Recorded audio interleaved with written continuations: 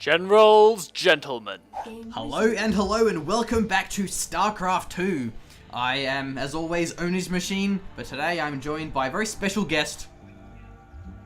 Sybert here from Command & Conquer, typically. Hooray! So he's joining myself in actually a very controversial topic, us CNC casters going into StarCraft II, because typically StarCraft II and Command & Conquer, those are kind of franchises that are, people usually don't like both of them on there. They usually regard each other as the enemy. StarCraft's a bad game, and then, CNC people like StarCraft is... Other way around, StarCraft people like CNC is a noob game. So it's always very controversial for us to, coming from a Command & Conquer environment, to then start shoutcasting StarCraft II. Or to even really admit if you like StarCraft II. But we do have Liquid TaeJa in the top left side. He is going to be as the Terran. And of course, who's in the bottom right? We have Goswser, which is actually a little bit of a tricky situation. I was trying to pronounce him as Goswser, and you were like, dude, you are actually retarded. And I'm like, who's Goswser? And you're like, dude, come on, it's Goswser. I had to actually look him up on Wikipedia. So yes, Goswser is a American, which is actually quite appropriate given the circumstances of my crazy redneck American co-caster. Yes, I'm absolutely redneck. You can, of course, tell by my absurd accent, but we do have a 12 racks and also 12 gas out of Liquid TaeJa, so most likely just some Reaper action going on, nothing too crazy there, but then also like the 13 or 14 hatch before pool from Goswser. So pretty standard stuff so far. Reaper's typically the new standard opening in TVZ. Reaper just gives you the ability to scout really well. It also gives you a really great opener, like into like a factory sort of play. Like, because if you get the gas early enough for Reapers, it's then easy enough to then transition into Hellions or Widow Mines, that sort of play. So it's just a really strong opener. Yep, and it looks like the pool's just going to be going down there for Goswser, so he's not going any sort of super crazy aggression, but it's pretty standard, especially for Belshir Vestige. It's pretty standard play overall. And, yep, going to be calling in a mule or two, so it's almost 100% standard. I don't think you can actually get any more standard than the way these two players have opened. Well, actually, we are seeing a second Reaper come out from TaeJa. Typically, you only see Terran players go for one Reaper, because then each Reaper you get after that first one is basically, it's churning through your gas, which it can then delay the factory units, that sort of thing. But there's actually the command center being built now for TaeJa, so he's actually expanding, which is definitely nice to see. You don't want to see it too late, and also getting the command center obviously in his base and not getting it on the low ground, because that can leave it open to harassment. Actually, Reaper now trying to harass down some of these Zerglings, and actually going to kill both of them without actually losing Reaper, so nice control there from TaeJa. Yeah, needs to make sure that he jumps out of battle for at least a little bit. A couple of more Zerglings spawning here could actually take down this Reaper. TaeJa, no, it looks like the health is going to be regenning. However, yeah, that Reaper has to be very careful. Of course, Zerglings on creep, very, very speedy. Doesn't want to lose it, but ultimately, I mean, if you lose that one first Reaper, it's not going to end the game by any means. It's going to die eventually. Like, I don't think I've ever seen a game where Reapers just survive, like, the entire game at the end, and it has, like, 60 kills, and then it's, like... You're actually doing a fair amount of damage to that Queen. They're getting down to about half HP, but, I mean, the Queen is already injected, and, so, not a huge deal for either one of these players. Yeah, CC on the high ground, and then the factory from TaeJa is out, just now going to be swapping out with that barracks, and immediately the starport gets added on. So, looks like 1-1-1 for TaeJa, which, again, not uncommon at all. Yeah, with the starport, we might see some fast, basically, Hellbat drops I was looking for. Yeah, because with the starport and the factory, it means that you can do some very effective Hellbat drops. So they have actually been nerfed, though. It means you do need the blue flame in order for them to do the extra damage versus light, but still they are definitely very effective against drones, regardless of that nerf. So we might see that, otherwise we might just see just some more Hellion drops, but we'll have to see how it goes. Actually, the command center now moving out to the natural base of TaeJa, and meanwhile we don't actually have a third base just yet for Goswser.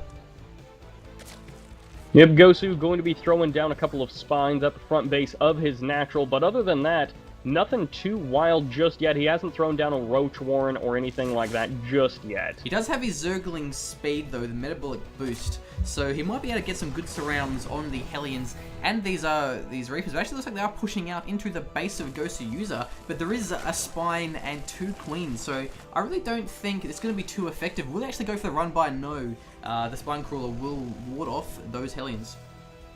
Yeah, the Hellions might be able to jump in there, but ultimately they're probably not going to be able to do too much damage. Not really enough damage to make it worth it.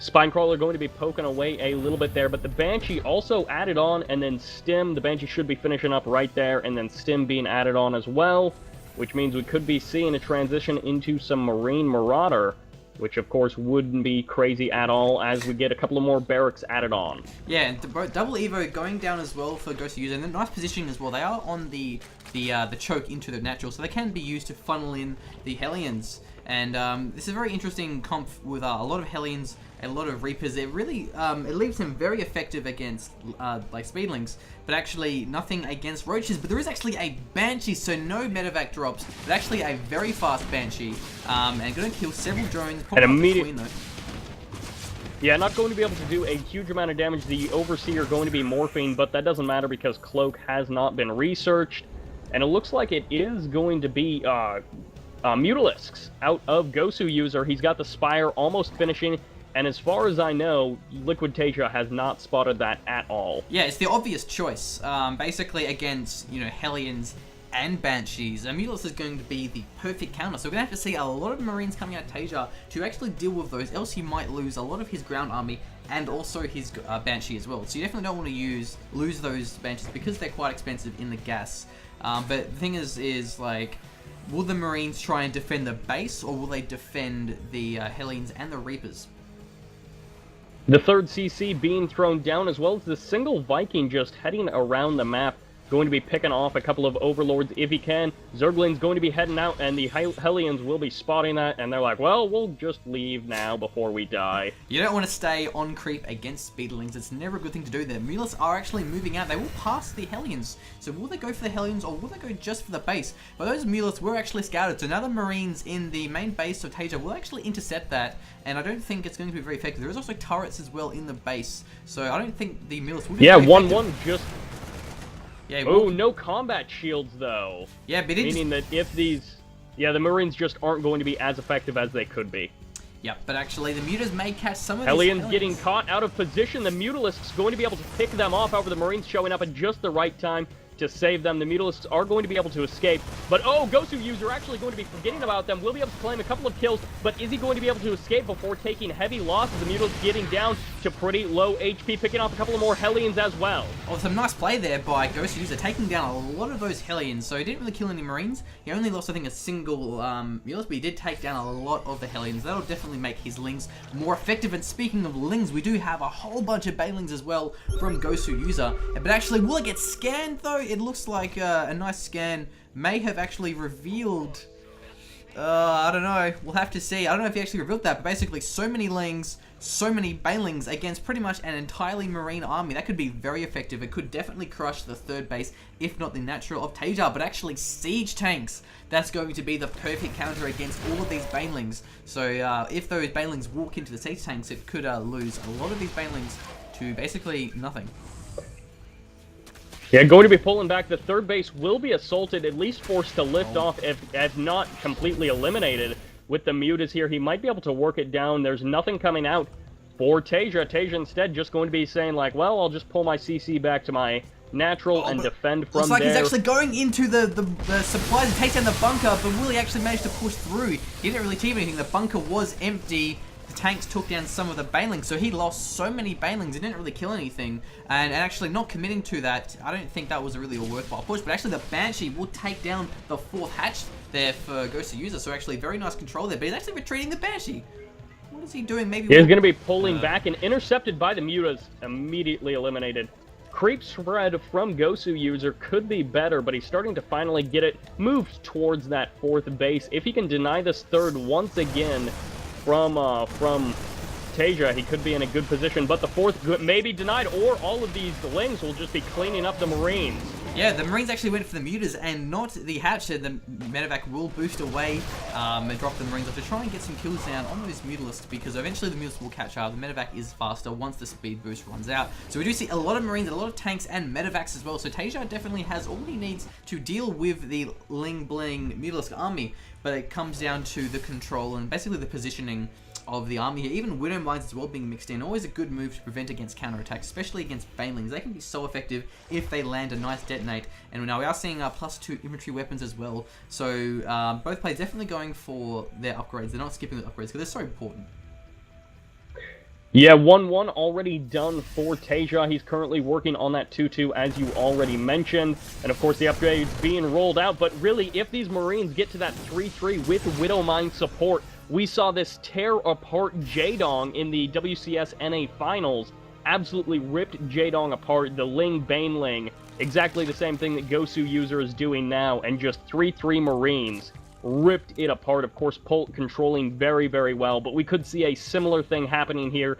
TaeJa has got the control to definitely make his splits work and eliminate huge amounts of that Ling Baneling. Yeah, the problem with all these tanks, though, is they're being forced defensively, so the tanks will not be able to support the Marines. He's going to have to rely on Widow Mines for their offensive capabilities, where the tanks are there holding the lines.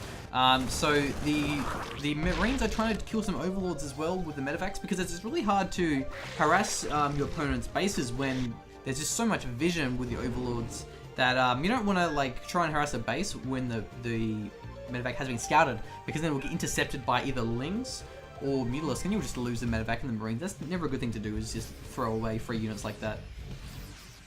Yeah, a huge amount of Banelings currently on the field in total.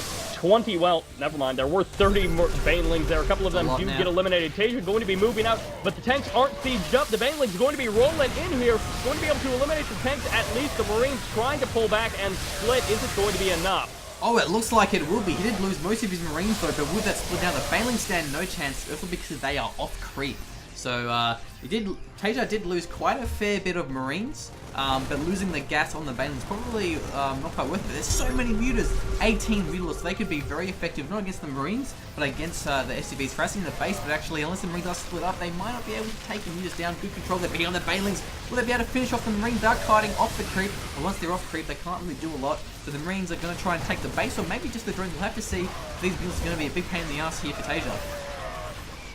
Yeah, Vikings going to be moving in as well. TaeJa pulling ahead in supply, but you also have to keep in mind that there's a pretty big drone lead for Goswser. 88 to 64. That's a pretty big leap there.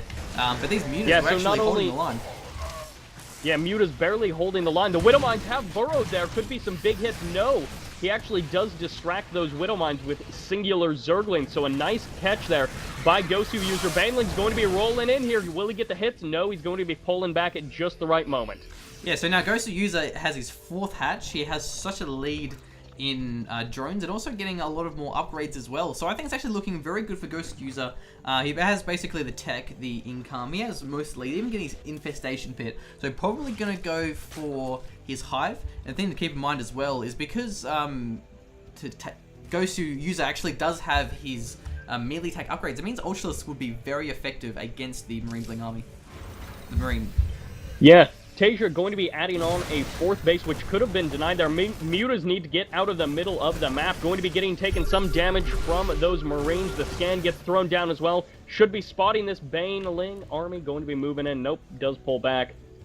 That engagement will be delayed just a little bit. There are several Widow Mines on the field, so a poor positioning could kill so many of these Lings. All the Banelings, a nice detonate, they take down most of the Lings. So now it's only basically Banelings left. These Widow Mines are actually shredding these units up here. Now the Marines are in the back, are splitting up. These are some crazy splits. The Banelings are just not effective against that sort of splits here.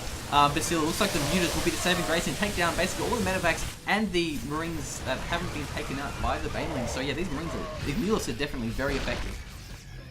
Yeah, but TaeJa is out of money. He's down in supply, and even with the worker lead that Goswser currently does have, he's the one who actually does have money in the bank, adding on that 5th base as well.